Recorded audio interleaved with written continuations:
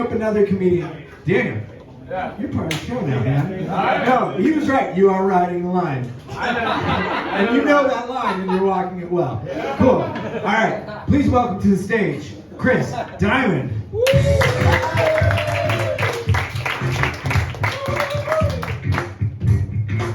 How you guys doing tonight? Good. What Will Smith did to Chris Rock was fucked up. Will Smith broke social distancing guidelines and he wasn't wearing a mask. He's a public health hazard. The thing is, slaps hurt, but COVID kills. I wanted to try that one out. That one actually worked. Because Florida's pretty lax with COVID. I thought that might not work.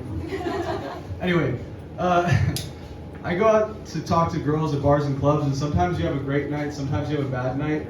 And I remember a few years ago, it was a particularly bad night. I go up to this girl and she was blind, and she rejected me because she said I didn't sound like I looked attractive.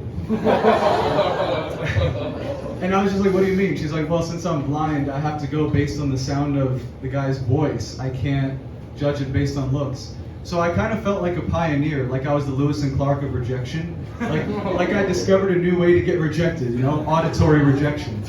And then after that, so the night didn't start out well, and then it just got worse because I go up to another girl after that, and she immediately was like, I'm not interested. So then I was like, okay, and I walked away. And then a couple hours later, I noticed that she'd been drinking a little bit. So I was like, maybe she has beer goggles, maybe I have a little bit better chance now if I reapproach, which is kind of fucked up. But I go up to her, it's fucked up. I go up to her again, and she's like, somehow you look even worse now than you did when you first came up to me 2 hours ago. I don't know how you managed to do that. So I felt like for her, it was the opposite of beer goggles. It was like beer kaleidoscope, because I looked worse after I reapproached.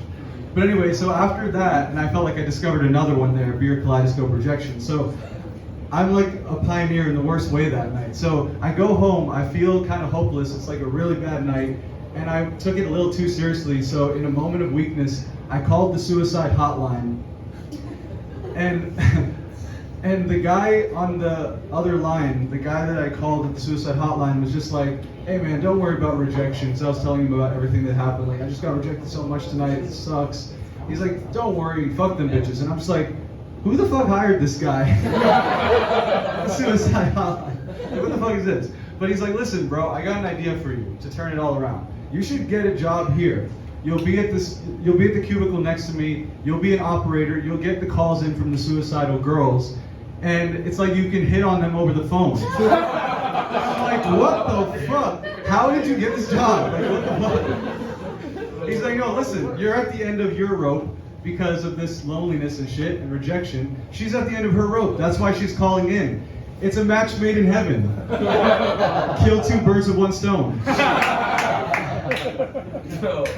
And I'm just like, listen, that's fucked up. First of all, I would never do that. But even if I was that fucked up and desperate to do that, it wouldn't even work. Because I would be getting the calls in from the girls, and then I'd be like, hey baby, I can turn your life around. You won't want to kill yourself if you go on a date with me. And then she'd be like, you don't sound like you look attractive. It'd be auditory rejection all over again. And the guy's like, listen, even if that happened, let's just say she rejects you. All right, if she rejects you, just listen to her vent and bitch about her problems and all the reasons why she wants to kill herself, and then just be like, you're making some good points.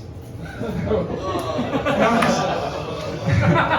I'm just like, you're diabolical.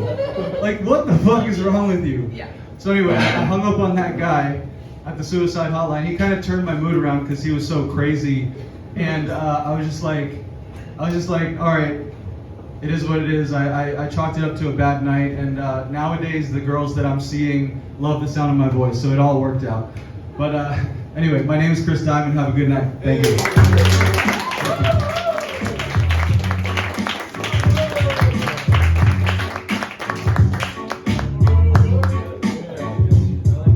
That was Chris Diamond. Dark stuff, but I like it. All right, I want to play another game. It's game time.